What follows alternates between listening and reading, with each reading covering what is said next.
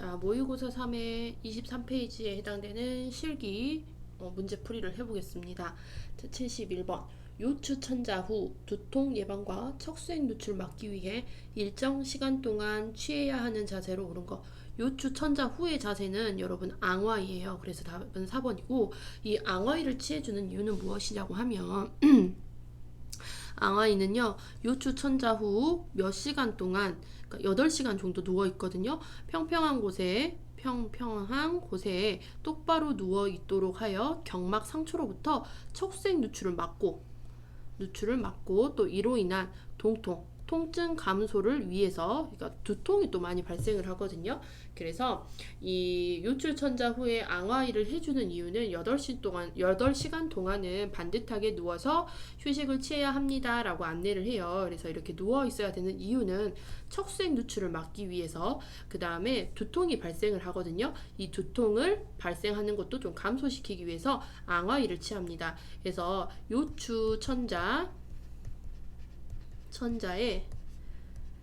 전과 요추천자 시의 자세와 요추천자 후의 자세를 굉장히 많이 물어봐요. 그래서 요추천자 시에는 새우등 자세 있죠. 새우등 자세. 그다음에 요추천자 후에는 앙화이. 이 앙화이를 취해주는 이유는 두통을 막아주고 척수액 누출을 막기 위해서 요추천자 후 8시간 정도는 침상에서 안정 앙화이를 취하고 있는다. 이렇게 보시면 돼요. 자, 그다음에 72번 보시면 가슴 수술 후에 통증으로 인해 팔을 움직임이 자유롭지 못하게 되는데 수술 후 최초 팔 운동을 시작하는 시기로 옳은 것은, 그러니까 수술 후에 재활 운동 시기는 언제가 되는 것이냐라는 걸 물어보는 거거든요. 그래서 우리가 수술을 하고 나서 재활 운동하는 시기는 환자 상태가 허락하는 한 빨리 시작하는 게 좋아요. 그래서 답은 5번이 됩니다. 되도록 빠른 시일 내에 하라고 하죠. 그래서 이런 수술 후에 재활 운동 있죠, 여러분. 수술 후 재활 운동에 들어가는 게 여러분 호흡 운동, 그다음에 조기 이상 있잖아요. 조기 이상. 요것도 환자가 의식 상태 회복하고 환자 상태가 허락하는 한 빨리빨리 하라고 하잖아요.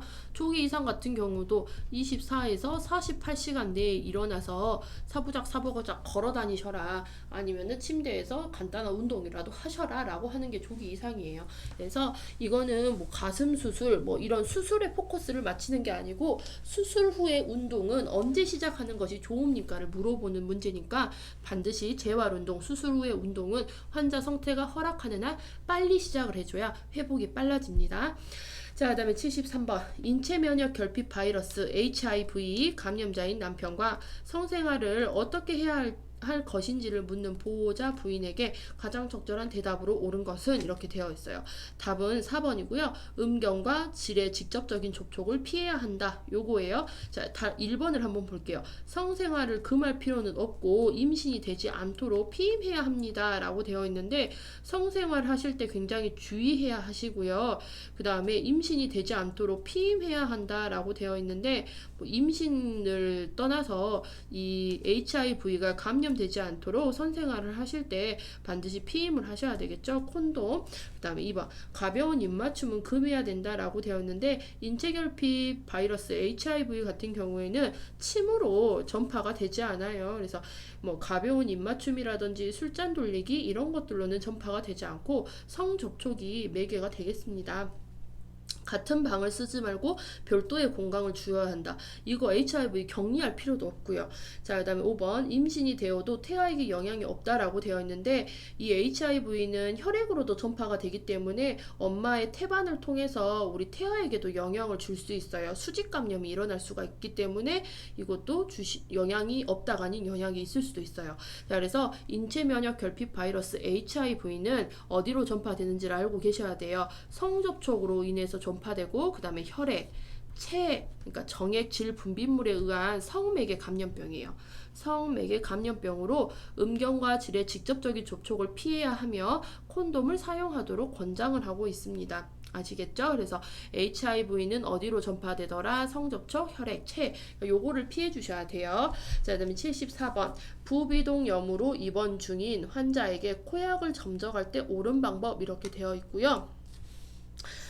코약 점적 시 옳은 방법 답은 5번이에요. 약을 다 넣을 때까지는 삼키거나 들이마시지 않도록 하셔야 되겠고 1번 볼게요. 사골의 상비각계 우측을 향해 점적한다 라고 되어 있는데 우측이 아닌 여러분 중앙을 향해서 점적을 하셔야 되겠고 그 다음에 2번 사골동에 점적할 경우 머리를 과신전은 머리를 이렇게 꺾으라는 얘기거든요. 머리를 과신전시킨 후 약간 머리를 옆으로 돌린 자세를 취한다 라고 되어 있는데 우리 코약을 점적할 때는 앙화위로 눕힌 후 베개를 어깨 밑에 개어주고요. 머리가 침상에 닿게 자세를 취해 주셔야 돼요. 그 다음에 3번 보시면 약물이 비강 저부에 떨어지면 코로 숨을 쉰다 라고 되어 있는데 현재 코로 약을 주입을 하고 있잖아요. 자, 약물이 비강 저부에 떨어지면 코로 숨을 쉬는 게 아니고 입으로 숨을 쉬게 해주셔야 되겠고 그 다음에 4번 투약 후 20분에서 30분간 그대로 누워있게 한다 라고 되어 있는데 투약 후 5분에서 10분간은 머리를 낮게 하는 자세로 있게 하는 게 약물 흡수가 잘 이루어집니다. 그 다음에 약을 다 넣을 때까지는 삼키지 말라고 일러주셔야 되겠고 6번 만약 약이 목으로 흘러내려 쓴맛이 느껴지면은 환자분한테 뱉도록 교육을 해주셔야 돼요. 그래서 이거는 코약 점적할 때의 안내사항 간호라고 보시면 되겠습니다. 자, 그 다음에 75번 볼게요. 약물의 투여 방법 중 약효가 빠른 순서대로 배열한 것은 이렇게 되어 있어요. 약효가 빠른 순서. 자, 그러면 여러분 자, 정맥, 근육, 피하, 구강이에요. 그래서 답은 3번이고요. 자, 우선은 여기에 피내 주사는 들어가지 않았어요. 왜냐하면 피내 주사 같은 경우는 약물, 약효보다는 검사, 진단 목적으로 사용을 하거든요. 검사, 진단 목적으로 사용하기 때문에 굳이 이 빠른 순서 안에 들어가진 않았습니다. 그 다음에 그래서 이런 검사, 진단 목적으로 투베르클린 반응 검사, 이거 결핵 반응 검사죠? 결핵 반응 검사. 그 다음에 조영제 반응 검사, 피부 반응 검사. 이거 항생제 맞기 전에 피부 반응 검사 AST 하잖아요. 요거. 그 다음에 우리가 피내 주사 같은 경우에는 검사 진단 목적으로가 대부분 사용하는데 유일하게 BCG 결핵 예방 접종을 할 때 피내로 주입을 한다. 요 정도는 좀 기억을 하고 계시고. 그래서 약물 효과가 빠른 순서 정맥이 제일 빠릅니다. 혈관 내로 주입하고 그 다음에 근육, 그 다음에 피하, 마지막이 구강이다. 이렇게 보시면 돼요. 자, 그 다음에 76번. 환자 자신의 저항력이 감소되었을 때 주로 발생하여 환자 자신의 구강, 장 등에 정착되어 있는 세균에 의해 유발되는 감염은 이렇게 되어 있습니다. 요거는 5번 내인성 감염. 내 안에 있는 것들이 문제가 돼서 발생을 하는 거예요. 내 안에 있는 것들이 나의 건강 상태, 나의 면역력 상태가 뚝 떨어질 때 이때 얘네들이 미쳐 날뛰는 상태가 내인성 감염이라고 보시면 되거든요. 여러분 쉽게 설명을 하면은. 그래서 76번 내인성 감염 한번 볼게요.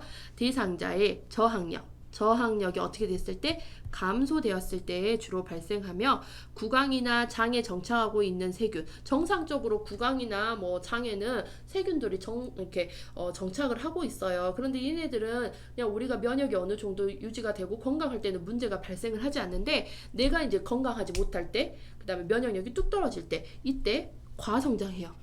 미쳐 날뛴다는 거예요. 과성장해서 나한테 피해를 주는 거를 내인성 감염. 그래서 내 안에 있는 것들의 문제가 발생해서 내 안에 있는 감염균들 때문에 생긴 문제를 내인성 감염 이렇게 얘기를 하겠습니다. 자, 그 다음에 이제 77번을 볼게요. 제가 일단 밑에다 외인성 감염도 써놨네요. 이것도 좀 설명을 드릴게요. 내인성, 외인성 반대니까. 자, 내인성은 내 안에 있는 원래의 균들이 내 면역력이 떨어졌을 때 미쳐 날뛰는 것을 내인성 감염, 나를 아프게 하는 거. 자, 그 다음에 외인성 감염은 환자 자신 이외의 밖에서 외부에서 균이 들어와 발생하는 감염을 말해요. 그렇기 때문에 우리가 내 몸에 있는 것이 아니라 밖에서 이렇게 들어오는 것 때문에 발생하는 거. 예로 들자면 도녀관, 소변줄을 삽입을 통해 요로 감염이나 그다음에 어떤 치료 과정에서 발생하는 감염을 우리는 외인성 감염 이렇게 얘기를 할 수가 있습니다. 자, 그 다음에 이제는 77번을 보셔야 되겠죠? 항생제를 신체에 투여하기 전에 이에 과민 반응 여부를 검사하여야 할 때 하는 스킨 테스트 주사 방법 이렇게 되어 있어요. 자, 요거는 피내 주사죠. 피내. 껍데기에 주사한다. 껍질에 주사한다. 그래서 우리 피부 바로 밑에 주사하는 거예요. 피부 안쪽에 주사한다. 피내 주사, 껍질에 주사한다. 이렇게 보시면 돼요. 그래서 이 피부 밑에다가 약물을 주입을 해가지고 이 약물이 내 몸에 긍정적인 반응인지 부정적인 반응인지를 보는 거예요. 그래서 피내 주사는 약물 약효보다는 무슨 목적? 검사와 진단 목적으로 사용되고요. 투베르클린 반응 아까도 했죠. 투베르클린 반응 뭐였죠? 결핵 반응 검사. 결핵 반응 검사를 할 때도 사용되고, 조영제 사용하기 전에도 이 조영제가 나의 몸에 맞는지 여부를 반응을 확인하기 위해서 사용하고, 지금 이제 물어본 피부 반응 검사가 스킨 테스트예요. 검사할 때 확인하는 스킨 테스트, 피부 반응 검사. 스킨 테스트, 얘를 줄여서 애프터 스킨 테스트 AST라고도 부릅니다. 그래서 항생제 사용하기 전에 반드시 확인해야 될 검사가 뭐냐면 요 스킨 테스트 반드시 확인을 해서 이 항생제가 내 몸에 맞는지 안 맞는지 확인하는 검사고요. 이 검사는 무슨 주사를 한다? 피내 주사한다. 이렇게 기억을 하셔야 돼요. 피내 주사, 껍데기에다가 약물 주입하는 거예요. 자, 그 다음에 78번 보겠습니다. 두 번째 줄부터 읽을게요. 할아버지 피부가 얇고 쉽게 물집이 생길 수 있는 상태라면 더운 물 찜질하기 전에 해야 할 간호로 옳은 것은 이렇게 되어 있어요. 자, 더운 물 찜질을 할 때 우리가 주의해야 될 사항이 화상을 입을 수 있다는 걸 주의를 해야 되잖아요. 그런데 이제 노인 환자분이에요. 자, 답은 뭐냐면 1번이에요. 무릎을 수건으로 감싸서 우리가 한번 열이 바로 직접적으로 전달되지 않게 만들어주는 거죠. 피부를 보호하기 위한 역할이고, 자, 78번 여기 화면을 보시면 더운 물 주머니 온수포 적용 시 간호에서 온수포 적용 시 광물성 기름이나 바셀린을 바르고 난 후 수건을 데워주는데, 기름을 바르고 수건을 데워주는 이유는 피부에 직접 뜨거운 물질이 다 화상을 입는 것을 방지하기 위함이에요. 그래서 우리가 더운 물 주머니를 사용을 할 때는 화상 주의를 하셔야 되겠고, 이 화상 주의를 위해서 직접적으로 데워주기보다는 이렇게 수건을 데워주거나, 이제 수건 데워주기 전에 또 할 수 있는 게 있다 하면은 기름이나 바셀린을 먼저 발라주고 그 위로 이제 수건까지 덮어주면 퍼펙트하게 화상을 좀 예방을 할 수가 있겠죠. 그래서 이렇게 기름이나 바셀린을 발라주는 이유는 뭐 한 차례 코팅 개념이라고 보시면 돼요. 코팅 개념으로 해주고 그 위에 수건까지 데워주어서 직접적으로 뜨거운 물질이 다 화상을 입는 것을 방지하기 위함이다 라고 보시면 되겠어요. 그래서 답은 1번입니다. 자, 그 다음에 79번. 자, 79번은 인공관절 치안수를 받을 이씨 부인에게 수술 전 준비로 유치도뇨를 하려고 할 때, 이때 적용되는 무균법 중 가장 옳은 것은 유치도뇨, 도뇨관을 할 때의 무균법. 그래서 아무튼 침습적인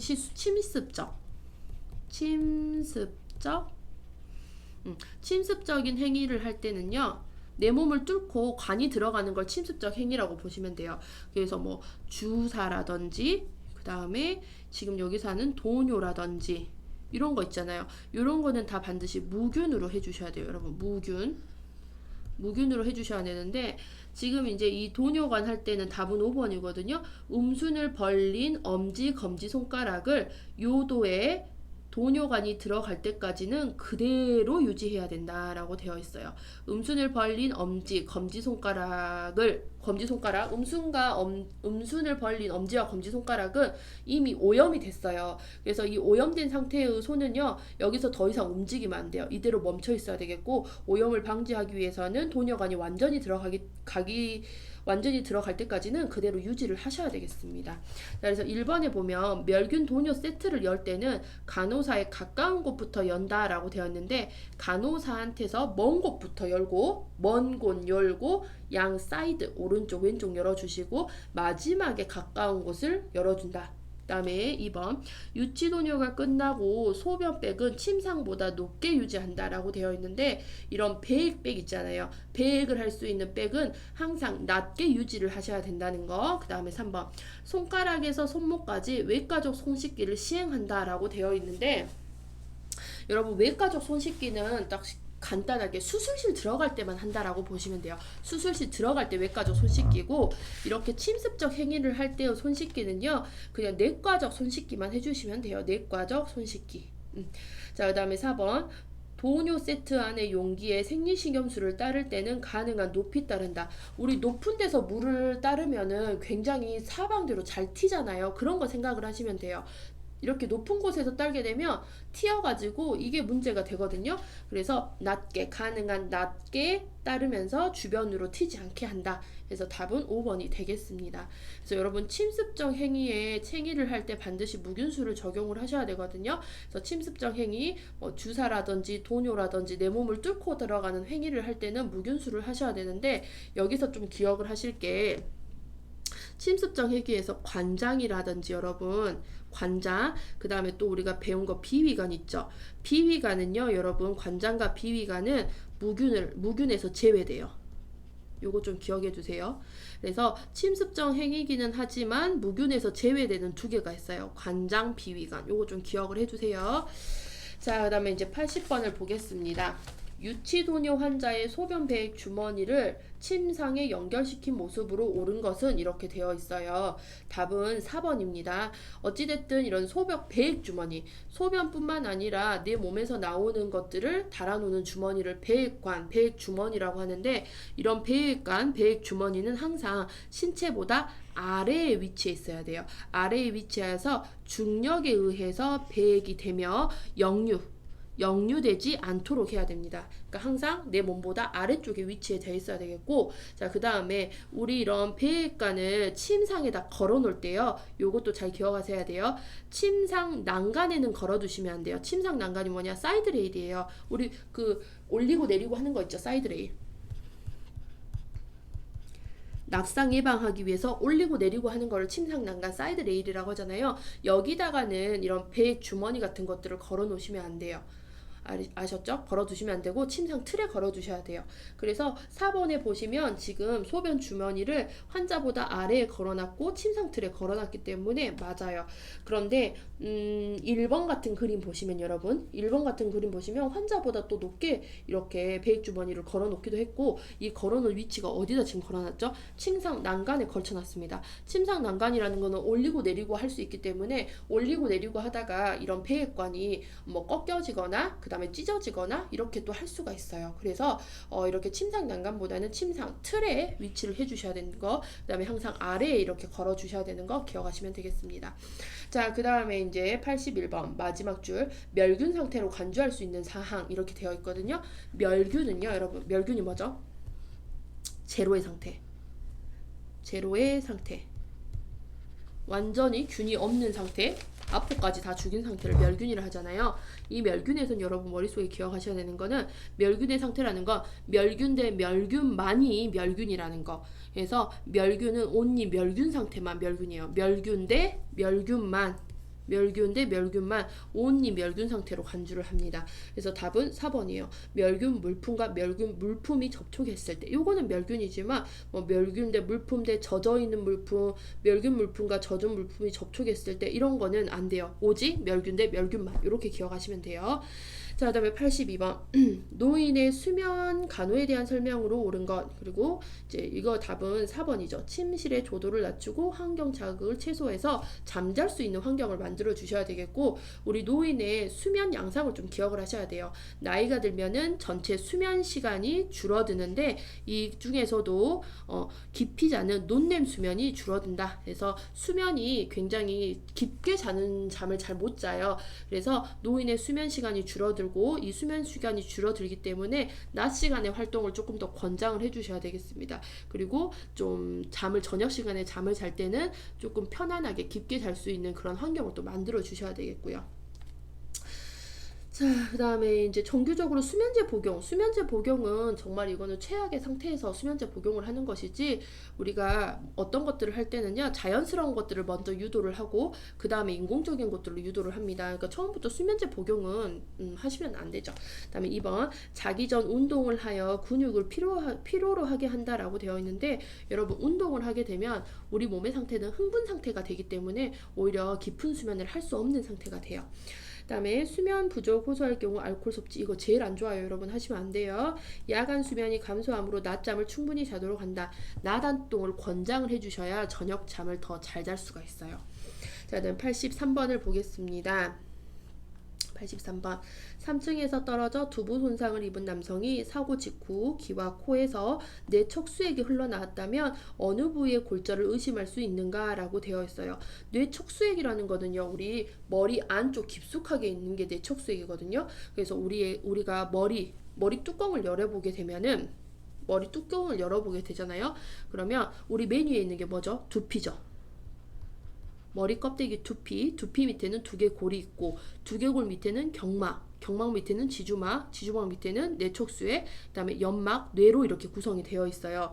자, 그런데 지금 뇌척수액이 흘러나왔다는 거는 두개골 밑에가 깨졌다는 얘기거든요. 그래서 답은 5번이에요. 두개 저부가 현재 골절이 된 거예요. 두개골의 안쪽이 문제가 된 겁니다. 자, 그래서 측두골이 어디냐? 이 겉표면, 두개골의 겉표면인 이 옆쪽, 이 옆에가 여기가 측두골이에요, 여러분. 측두골 양 사이드. 그래서 측두골은 여기에요. 여기가 측두골이고, 그 다음에 후두골은 뒷꼭지, 그 다음에 전두골은 이마, 그 다음에 두정골은 여기 옆쪽에 양 사이드 두정골 이렇게 되어 있거든요.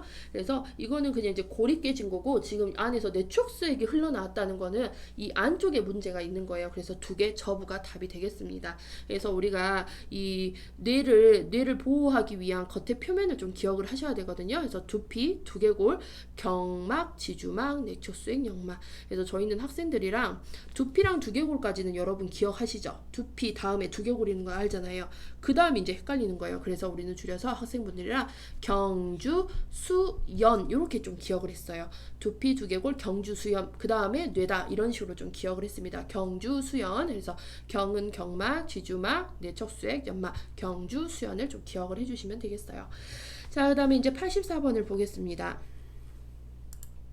자, 84번. 자, 70세 노인이 대퇴골절로 내부 고종수를 받은 지 2일째 침상에서 대퇴사두근 등척성 운동을 실시하고 있다. 그 운동 목적으로 옳은 것은, 등척성 운동의 목적은 뭐냐면 근육이 빠지지 않게, 근육 탄력 및 유지를 위해서예요. 그래서 답은 4번이고, 자, 우선 등척성 운동과 등장성 운동에 대해서 여러분 구분을 할 줄 아셔야 돼요. 자, 등척성 운동과 등장성 운동이 있습니다. 요거는 관절을 사용을 하는지 안 하는지 여부예요. 그래서 얘는 등척성과 등장성은 관절을 사용하는지 사용 안 하는지 유무에 따라서 등척성, 등장성으로 이제 구분을 하는데, 등척성 운동은 관절을 사용하지 않아요. 관절을 사용하지 않고 근육 강화하는 운동이에요. 그래서 근육을 수축하고 이완, 근육에 힘을 줬다 뺐다 하는 그런 운동을 등척성 운동, 관절 사용하지 않고 근육에 힘을 줬다 뺐다 하는 운동이 등척성 운동입니다. 그래서 여러분 그 플랭크 자세 아세요? 같은 자세로 몸에 딱 힘을 주고 오래오래 유지하는 자세, 그런 플랭크 자세 운동이 대표적인 등척성 운동이고, 그다음에 여러분들이 교과서에서 많이 들어보셨던 케겔 운동 있죠? 골반강을 강화하는 운동, 케겔 운동. 그래서 밑에를 힘을 줬다 뺐다 하는 운동이잖아요. 근육만 수축 이완 하는 운동. 요건 케겔 운동도 대표적인 등척성 운동이거든요. 그래서 이런 등척성 운동 같은 경우는 누가 할 수 있느냐? 골절된 사람. 골절 환자분들은 뼈를 움직이면 안 되잖아요. 그쵸? 뼈를 움직이면 안 되고 기부스를 해놨기 때문에 우리가 관절을 움직일 수 없는 상태예요. 근데 여기서 현재 운동을 해야 되기 때문에 골절, 깁스를 한 상태에서 근육만 수축 이완 힘을 줬다 뺐다 요것만 할 때 사용을 하는 운동이 등척 운동입니다. 그래서 골절 환자, 그 다음에 부동 환자, 지금 여기 70세 노인이 대체 골절로 내부 고정수를 받았잖아요. 이분 같은 경우는 현재 부동 상태에 움직일 수 없어요. 그 다음에 그래서 이런 골절 환자, 부동 환자가 대표적으로 등척성 운동을 할 수 있습니다. 왜 하냐? 등척성 운동으로 그나마 근육 강화를 하기 위해서. 그 다음에 골다공증 환자도 등척성 운동이 권장돼요. 자, 그런데 골다공증 환자 같은 경우에는요, 등척성, 등장성 운동 모두 다 할 수 있어요. 그죠? 등척성도 할 수 있고 등장성 운동도 할 수 있는데 모두 가능하지만 골절의 위험성 때문에 굳이 등척성과 등장성 운동 중에 골라라 하면은 등척성 운동이 권장이 되고 있다라고 보시면 돼요. 왜냐? 관절을 움직여서 운동을 하다 보면은, 이런 관절을 움직이는 등장성 운동을 하다 보면 골다공증 환자가 또 골절 발생 위험성이 높아지기 때문에 굳이 등척성과 등장성 중에 골다공증 환자는 무슨 운동을 하는 게 좋습니까? 라고 물어보면 무슨 운동이다?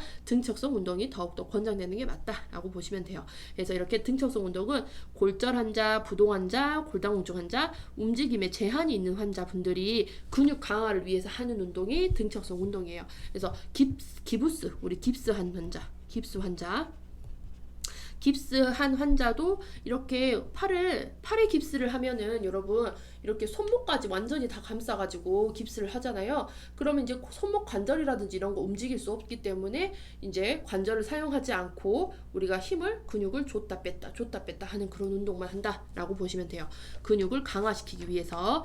자, 그 다음에 이제 등척성의 반대가 등장성 운동이거든요. 등장성은요, 관절을 사용할 수 있습니다. 그래서 관절을 사용해서 관절이 움직여서 근육의 길이는 변하지만 근육에 걸리는 힘은 변하지 않아요. 그래서 얘 같은 경우는 뭐냐, 그냥 우리 일상생활에서 관절 사용해서 모든 활동 하잖아요. 이게 다 등장성 운동이라고 보시면 돼요. 그래서 일상활동, 능동적 가동 범위 운동이 등장성 운동이라고 보시면 돼요. 그래서 수영, 조기, 자전거 타기, 걷기 이런 것들이 다 등장성 운동이다 라고 보시면 되겠습니다. 자, 그래서 답은 4번이 되겠어요. 자, 그 다음에 85번 혈압은 혈액이 혈관벽을 지나며 생기는 압력을 말하는 것으로 수축기 혈압과 이완기 혈압으로 나눌 수 있는데, 이때 수축기 혈압이 낮게 측정되는 요인으로 옳은 것은 이렇게 되어 있거든요. 이거는 여러분 어찌됐든 간에 좀 이해를 하시던지 애우시던지 요 방법밖에 없는데, 요거는요 여러분 지금 혈압 측정 시 흔히 나타나는 오류가 있어요. 지금 수축기 혈압이 낮게 측정되는 요인을 고르라고 했잖아요. 그러면 이 화살표 지금 내려갔잖아요. 그러면 화살표가 위로 올라가는 걸 찾아주셔야 되거든요. 답은 1번이에요. 커프 공기를 너무 빨리 뺀 경우, 빨리 뺀 거는 화살표가 위로 올라가죠. 이런 위로 올라가는 경우에는 수축기 혈압이 이렇게 낮아집니다. 자, 이게 무슨 말이냐? 자, 그럼 85번 보세요, 화면에. 자, 혈압 측정 시 흔히 나타나는 오류 이렇게 되어 있죠. 자, 그러면 우리 책에 이거 임상 책에 나와 있는 거고, 오류를 볼게요. 커프의 크기가 너무 좁아요. 좁은 경우는 화살표를 밑으로 이렇게 내려주세요.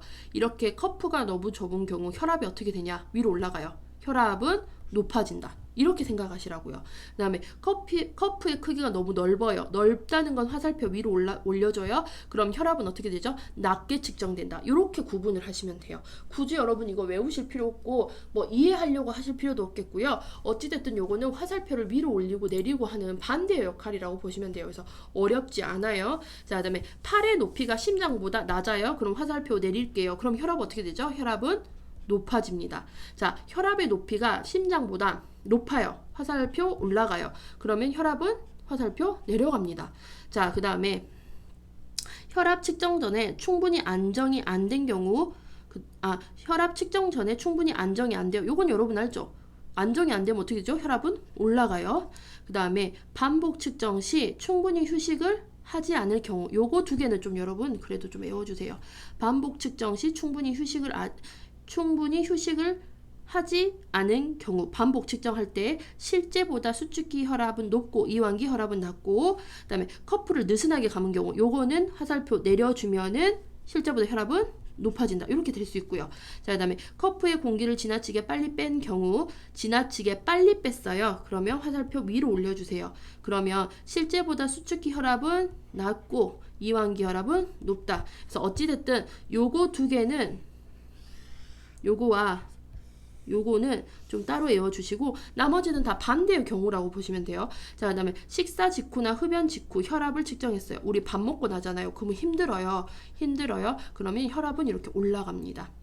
자, 그래서 커프 크기가 너무 좁아요. 화살표 내리면 혈압은 위로 올라가고, 커프 크기가 너무 넓어요. 그러면 화살표 위로 올라가면 혈압은 낮아지고, 이렇게 반대의 경우로 좀 생각을 해주시면 돼요. 안 그러면 요거를 또 이해해가지고 여러분들이 또 받아들이시면 지금 여기를 이해해가지고 완전히 받아들이시기에는 여러분 지금 시간이 없잖아요. 한 달 남았어요, 시험. 이거를 외우려고 하는 것도 좀 무리가 있고, 어찌됐든 여러분 요거 나오면 반대로 생각하기, 이렇게만 좀 기억을 해주세요. 그래서 수축기 혈압이 낮게 측정돼요. 혈압이 낮대요. 그럼 화살표 내려주고 위로 올라가는 상황을 찾으시면 된 거예요. 커프 공기를 빨리 뺀 경우 답은 1번이 되겠습니다. 운동을 했어요. 운동하면 혈압 어떻게 되죠? 올라가요. 좁은 커프 사용했어요. 좁은 커프 화살표 내려주면은 혈압은 어떻게 된다죠? 반대로 올라간다라고 했습니다. 그다음에 흡연이나 식사 직후에 혈압 올라가요. 그래서 답은 1번이 됩니다. 아시겠죠? 무슨 말인지. 이거 외우시려고 하면 안 돼요. 지금은. 자, 그다음에 86번. 세균 서식을 불리하게 만들어 증식이나 발육을 저지시키는 방법. 그래서 요거는 세균의 서식을 불리하게 만드는 거예요. 서식지를 불리하게 만드는 법은 방부법을 이야기를 합니다. 그래서 소독 및 멸균과 관련된 용어 임상 55페이지에 나와 있겠고, 멸균은 아포를 포함한 모든 미생물을 전부 사멸시키는 거예요. 그래서 우리가 이게 소독 및 멸균과 관련된 용어가 임상 55페이지에 여러 개가 나와 있는데 지금 시간 없잖아요. 일부분만 좀 보실게요. 멸균, 아포를 포함한 모든 미생물을 전부 사멸하는 거예요. 그러니까 0의 상태, 제로의 상태, 완전히 씨를 말려버린 상태예요. 아포, 얘를 씨라고 보시면 되거든요. 씨까지 다 말려버린 상태를 우리는 멸균이라고 하겠고, 소독은 전염성 병원균을 죽이는 방법으로 병원성 미생물을 사멸시킨다. 세균의 아포는 사멸시키지 못한다. 그러니까 얘는요, 아포는 사멸시키지 못한 상태. 어느 정도는 남아있어요. 만약에 이제 100마리가 세균이 있어요. 100마리의 세균이 있다 쳤을 때 멸균이라는 거는 100마리의 세균을 완전히 없애서 0으로 만든 거고, 소독 같은 경우는 100마리의 세균을 완전히 다 없애지는 못하고 한 20마리 정도는 남겨놓은 상태? 이렇게 좀 구분을 하시면 되겠어요. 그래서 요거 두 개는 아포를 가지고 구분을 합니다. 멸균은 아포까지 싸그리 죽여버리는 거, 소독은 아포는 제외하고, 이렇게 보시면 돼요. 자, 그 다음에 지금 문제에 나온 방부제. 방부제는 우리 음식에도 많이 쓰잖아요. 방부제. 그래서 직접 세균을 죽이지는 않고요. 세균의 생활 환경이나 서식지를 불리한 환경으로 만들어가지고 미생물이 증식 발육을 못하게 만드는 걸 방부제라고 합니다. 55페이지 나중에 참고해서 또 봐보세요, 여러분. 자, 그다음 87번. 임신 중 변비를 예방하기 위한 방법. 뭐 변비에 관련된 문제는 나오시면 기본적으로 다 맞으셔야 되겠죠? 신선한 야채와 과일을 섭취한다. 그 다음에 물 섭취 많이 한다. 뭐 이런 거 있죠. 그래서 얘는 설명을 제가 딱히 하지는 않을게요, 여러분. 자, 그다음 88번. 입원 환자를 위한 빈침상 준비를 할 때의 순서. 침상 준비. 자, 그래서 침상 준비는 순서가 이렇게 되죠. 그래서 저는 좀 아래 위에 나눠서 했어요. 어차피 우리가 침상 깔 때 바닥 깔고 그 다음 위에 깔잖아요. 그래서 바닥, 매트리스 커버, 침뇨 이슬 깔고 침뇨인 밑에 밑 혼입을, 그 다음에 밑 혼입을 위에는 고무포를 깔아주고, 고무포를 깔고 나면 반드시 반 혼입을 깔아줘요. 그래서 얘네 둘에는 항상 짝꿍으로 같이 가요. 그래서 매트리스 커버 깔고 침뇨입 깔고 침뇨입 뒤에 밑 혼입을 깔아주고, 밑 혼입을 바닥에 까는 밑 혼입을 요거 깔아주고, 그 다음에 이제 고무포 친구 반 혼입을 깔아줍니다. 이러면 이제 바닥 세팅 됐어요. 그 다음에 이불 세팅 해야죠. 위에 상판 세팅하죠. 그러면 이제 이때 윗 혼입을, 위에 덮어주는 혼입을, 그 다음에 담요, 그 다음에 침대포, 베개, 이 순서로 가죠. 그래서 답은 2번이에요. 어찌됐든 외워주셔야 되는데 얘네를 바닥과 그 다음에 바닥재와 이불재로 따로따로 좀 아래 위를 나눠서 구분하시는 게 좋아요. 바닥 깔고 위에 깐다. 그래서 바닥 깔고 위에 깐다. 이렇게 구분을 좀 하시게요. 자, 그다음 89번. 회원부, 질 등 생식기와 방광검사, 자궁경부 및 질검사를 위한 자세로 옳은 것은, 요것은 답은 5번이죠. 쇠석이, 절석이. 그래서 우리가 자궁경부나 질검사, 부인과, 산부인과 가서 검사 받을 때의 자세는 답은 5번 쇠석이, 절석이, 쇠석위, 절석이고, 1번 뭐죠, 여러분? 앙와이예요. 앙와이. 앙와이는 모든 체위의 기본 자세가 되는 거고, 휴식을 할 때의 자세, 그 다음에 요추 천자 후의 자세, 그 다음에 남자 도뇨시 자세라고 볼 수가 있겠고, 2번은 잭나이프 자세예요. 얘는 언제 하냐? 치질 수술할 때 보기로 하는 잭나이프. 그 다음에 3번 같은 경우는 슬흉이죠. 무릎과 흉, 가슴을 대고 바닥에 누워있는 자세. 그래서 이 슬흉이는 태위를 교정할 때, 생리통 완화할 때, 자궁혹을 예방, 오로 배출 용이, 직장경 검사할 때 보통 이 수룡이를 하죠. 자, 그 다음에 이제 뭐 4번 같은 경우는 잭나이프 자세인데, 언제 어떻게 되어 있냐면 이렇게 등을 대고 누워 있는 잭나이프 자세라고 보시면 될 것 같습니다. 자, 그 다음에 이제 90번을 볼게요. 자, 사량의 출혈로 전열 수혈이 필요한 경우 수혈 전에 반드시 시행해야 되는 검사. 수혈 전에 반드시 시행하는 검사 두 가지 외워야 돼요. 교차 반응 검사, 혈액형 검사. 그래서 A형인지 B형인지 O형인지 AB형인지 확인하기 위한 혈액형 검사와 그다음에 이제 교차 반응 검사예요. 교차 반응 검사. 그래서 이 교차 반응 검사는 서로 같은 혈액형이면서 R유형이 달라 용혈이 일어나는 것 등 혈액형 이외 다른 요인에 의해 수혈 부족함 여부를 검사하기 위함이거든요. 그래서 혈액형 검사와 무슨 검사한다? 교차 반응 검사. 그래서 같은 A형이지만 이 A형을 구성하는 거와 이 A형 구성하는 성분이 다를 수가 있어요. 그러면 이때 또 수혈에 부작용이 일어날 수 있거든요. 그래서 그런 것들을 보기 위해서 교차 반응 검사를 한다라고 보시면 돼요. 교차 반응 검사. 병원에서는 얘를 크로스 매칭 CM 검사라고 합니다. 크로스 매칭 CM 검사. 그래서 교차 반응 혈액형 검사. 수혈 전 반드시 해야 되는 검사 두 가지. 교차, 혈액형 이렇게 보시면 되겠어요. 자, 그 다음에 91번. 환자 A씨는 수술 후 회복실로 이동하였어요. 의식이 없는 환자 A씨 머리를 옆으로 돌려 눕혀주는 이유로 옳은 것은 답은 2번. 분비물의 배출을 용이하게 하기 위해서고요. 자, 우리가 수술 후에 환자의 의식이 있을 때와 환자 의식이 없을 때의 간호가 달라지거든요. 자, 그래서 수술 후에 의식이 없게 되면은 흡인 같은 것들을 예방하기 위해 그 다음에 기도 유지를 하기 위해서 고개를 옆으로 돌려줍니다. 그런데 이제 수술 후에 의식이 돌아와요. 그러면 상체를 높여주고 머리를 높여주는 파일러스 체위, 반자위 체위를 해서 우리가 호흡을 용이하게 그리고 쭈그러져 있던 폐가 이렇게 펴지게 이렇게 호흡 용이하게 호흡이 잘 될 수 있는 파울러스 체위 반자위로 체위를 변경을 해줍니다. 아시겠죠? 그래서 수술 후에 의식이 없을 때는 고개 옆으로 해서 흡인 예방, 기도 유지를 해주고 수술 후에 의식이 돌아온 사람이라고 하면은 파울러시 체위 반자위, 그러니까 상체를 올려주거나 머리를 올려주는 이런 체위로 해서 호흡이 용이할 수 있게 호흡 운동을 할 수 있는 그런 체위로 변경해준다. 이렇게 보시면 돼요. 자, 그 다음에 이제 92번 볼게요. 인절미를 먹다가 기도가 막혀 질식 상황이 발생한 환자에게 인공호흡을 실시할 때 가장 먼저 해야 할 일로 옳은 것은 가장 먼저 기도 유지 기억하세요. 기도 유지. 해서 답은 2번이 되겠습니다. 그다음에 93번. 감염병 환자와 보호자에게 감염 예방 교육을 실시할 때 가장 강조해야 할 내용 손 씻기죠? 답은 1번. 자, 94번. 식도, 위, 십이지장 병변을 알아보기 위해 상부 위장관 조영술을 실시해야 할 환자 김씨가 검사 시행 전 간식을 먹었어요. 환자 김씨에게 취해야 할 조치로 옳은 것. 자, 여러분 조영제, 상부 위장관 조영술을 실시한 환자잖아요. 자, 조영제를 이용한 검사를 할 때는 반드시 검사 전에 뭘 하셔야 되냐? 금식을 해야 돼요. 금식. 그래서 지금 이 김씨 맞죠? 12점. 이 사람 김씨도 조영술을 하기 위해서 금식이라고 하면 8시간 정도는 금식을 해야 되는 상태인데 검사 시행 전에 간식을 먹었대요. 이런 환자는 진짜 진상 환자예요.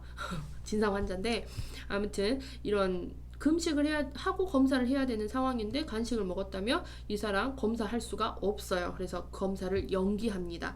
그래서 상부위장관 조영술, 조영술, 조영제가 들어가는 검사를 조영술이라고 하는데 이 조영제를 사용하기 전에는 항상 금식이 선행되셔야 돼요. 요거 기억하셔야 되겠고 그 다음에 조영제를 사용하기 때문에 또 조영제에 대한 과민 반응이 나타날 수 있어서 조영제 과민 반응 검사, 반응 검사, 피부 반응 검사도 확인을 필수적으로 해야 됩니다. 그래서 조영제는 금식, 조영제 과민 반응 검사를 검사 전에 반드시 확인을 하셔야 된다는 거 기억을 하시면 되겠어요. 자, 그다음에 이제 95번 볼게요. 자, 마지막 줄. 급속이동 증후군 예방을 위한 방법으로 옳은 것은 이렇게 되어 있죠.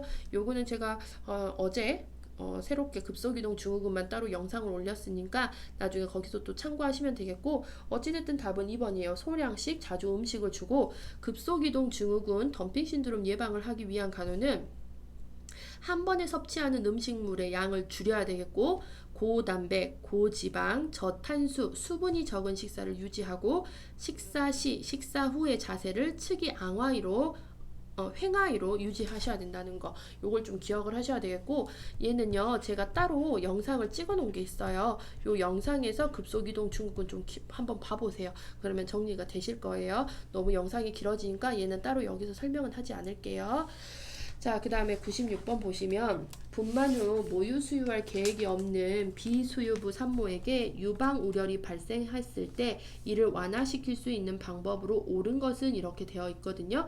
자, 여러분 유방 우려이 뭐냐면 우리가 출산 후에 호르몬 프롤락틴 분비가 증가되어서 유즙 생성이 촉진되는데 산후 3일경부터 유방이 커지고 단단해지고 이때 유선의 팽대가 일어나면서 열감과 통통을 느끼게 되는데 이거를 우류, 유방 종창, 울혈이라고 합니다. 우리는 흔히 이거를 전몸살 한다라는 말을 쓰고 있어요. 자, 그러면 이 우려일 때 간호가 수유부 간호와 수유부 울혈 간호와 그 다음에 비수유부, 모유수유 계획이 없는 비수유부 우렬 간호가 있는데 지금 여기서 물어보는 거는 모유수유 계획이 없는 비수유부 우렬 간호예요. 자, 여기만 제가 설명을 할게요. 비수유부 우렬 간호에서는요 절대적으로 가슴을 자극하시면 안 돼요. 자극 금지. 그 다음에 통증이 굉장히 심하기 때문에 진통제를 투여를 합니다.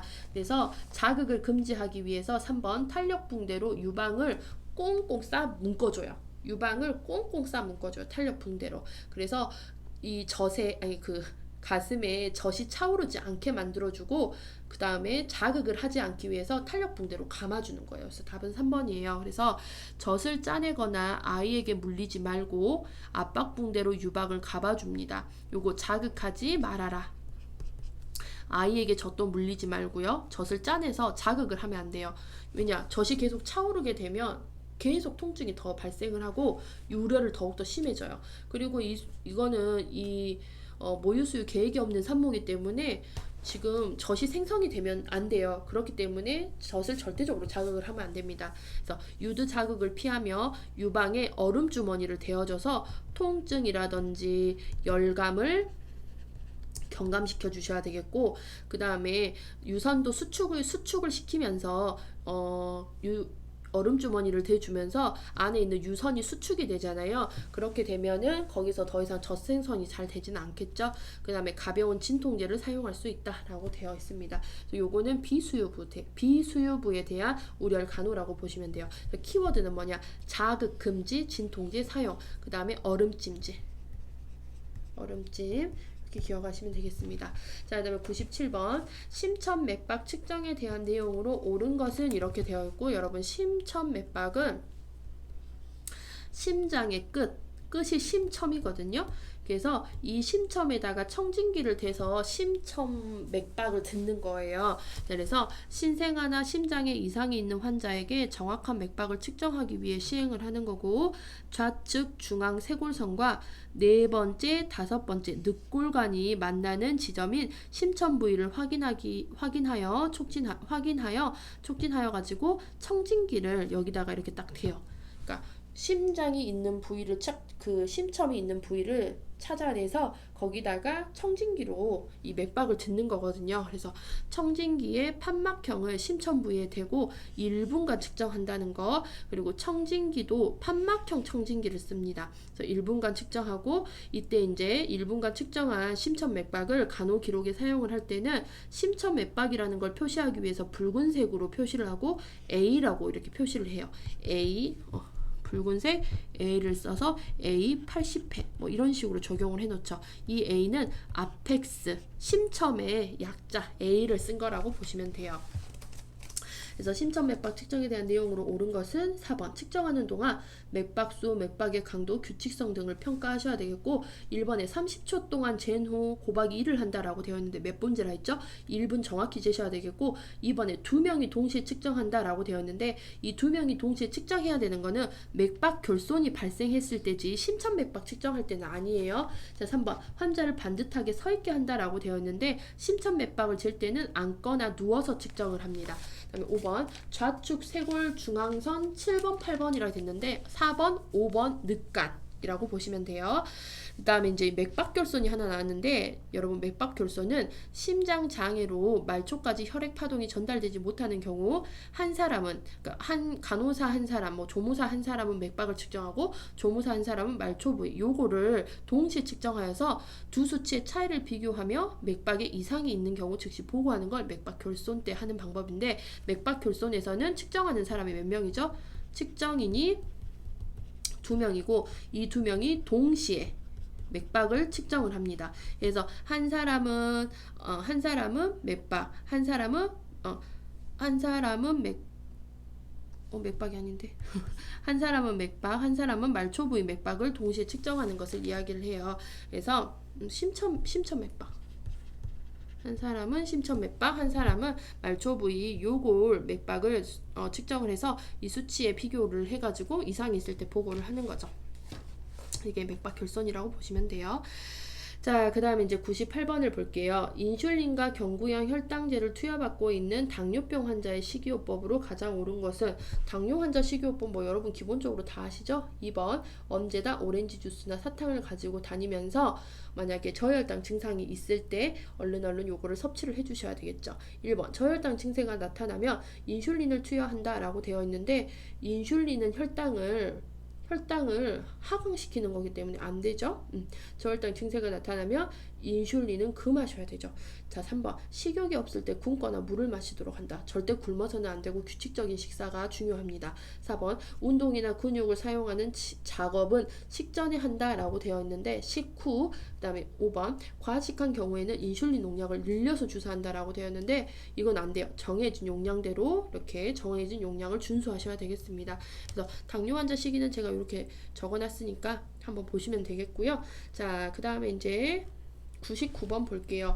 2번 환자에게 경구약 및 주사제 투여 시에 지켜야 할 5가지 원칙. 파이브라이트라고 하죠. 정확한 약, 정확한 시간, 정확한 용량, 정확한 환자, 정확한 경로로 투여한다는 거. 답은 1번이 되겠습니다. 자, 그 다음에 100번. 약어에 쓰이는 QID, AC, HS 뜻으로 옳은 것. 약어 문제는 거의 최근 5년 뭐 나오지 않았던 것 같아요. 여러분, 시간 없으신 분들은 요것들은 뭐 패스를 좀 해주세요. 자, 그런데 우선 약어에서 기본적으로 지금 여기 나온 거 병원에서 자주 쓰는 거고요. 지금 여기 QID 이렇게 되어 있어요. 요거는 하루 4번이라는 뜻이에요. 하루 4번. 자, 하루 4번. 그 다음에 AC 식전에 HS는 취침 전이라는 뜻입니다. 병원에서 굉장히 자주 쓰는 약어고요. 지금 1번에 보시면 하루에 한 번 이렇게 되어 있죠. 요거는 QD, 그 다음에 식후는 PC, 그 다음에 취침 전 HS. 자, 2번에 하루에 2번이라고 하는 거는 BIT, 그 다음에 식후 PC, 취침 전 HS, 그 다음에 하루 3번이라는 거는요, 여러분 TID라고 씁니다. 자, 그래서 식전 AC, 취침 전 HS, 그 다음에 5번에 하루 걸러 한 번은 QOD라고 이렇게 써요. 그래서 여러분 요것만 좀 기억하실까요? 하루에 한 번 QD, 하루에 2번 BIT, 동그라미 2번 BIT. 자, 그 다음에 3 TID, 하루 3번, 그 다음에 QID 이렇게 있어요. 요거는 하루에 4번을 얘기를 해요. 그 다음에 마지막에 QOD, 요거는 하루 걸러 한 번, 격일로 이렇게 뜻이에요. 자, 그 다음에 AC 식전, PC 식후, HS 취침 전. 요거 정도라도 좀 알아두시면 좋겠어요. 요거는 병원에서 굉장히 자주 쓰는 용어예요. 시험을 떠나서 병원 임상에서 자주 쓰는 용어이기 때문에 좀 기억을 해두시면 될 것 같고요. 오늘 수업은 여기까지 해서 종료를 하겠습니다. 수고하셨습니다.